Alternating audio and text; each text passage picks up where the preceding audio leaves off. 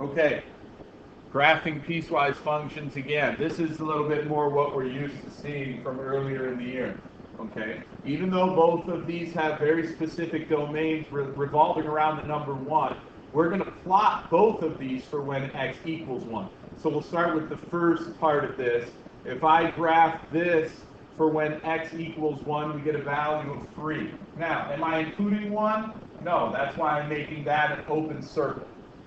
Okay, so again, I'm plugging the number 1 here, getting a value of -2 plus 5, which is 3.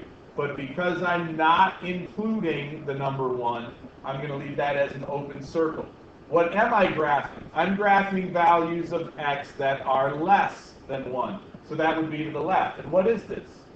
This is a line that has a negative slope, and a y-intercept of 5.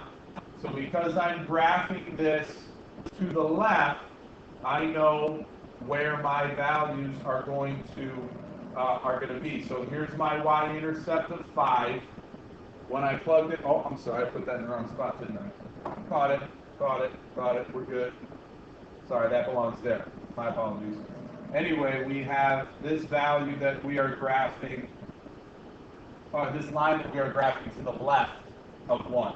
Okay, so let's color code this to make things a little bit simpler. I'm also going to plug the number 1 into this function. If I put 1 here, I get 1 squared, which is 1, and 1 minus 7 is -6.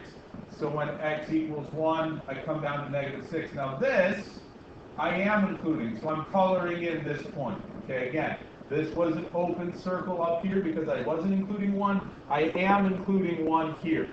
So what does this function look like? This is a parabola, okay, that's been shifted down 7 units from the origin. And I'm only plotting values of x that are greater than 1. So those are the values to the left, or excuse me, to the right. If you want to plot a couple more points here, it wouldn't be bad. So for example, like if f of 2, if x is 2, then we get 4 minus 7, which is -3. And if we plot f of 3, we're going to get a value of, is that right? 2, -3. 3 would be a value of 2. Yeah, okay, sorry. Anyway, so here's this quadratic. So here's my piecewise function right now. So again, just as a little bit of a review, so we have the values of these functions. F of 2, the value of the function at 2 is -3. The value of the function when x equals 3, that's 2. But just for example's sake, what's the limit? And I'm not trying to be tricky here, but what's the limit as x approaches 2? Okay, as x approaches 2, where is that? Okay, let's look at this, and forgive me for drawing an asymptote here, but I'm going to do it anyway. Don't consider this to be an asymptote, but this is where x equals 2. What is this function approaching as x approaches 2? Well, from the left. Here's us approaching from the left. We have to jump over to this part of the function as we're approaching from the left. Now, as we get to a value of 1, I have to jump down to here, and I'm still approaching from the left. So here is me approaching a value of 2, where x equals 2 from the left. As I approach x equals 2 from the right, notice, what do we notice? Those arrows are pointing to the same spot.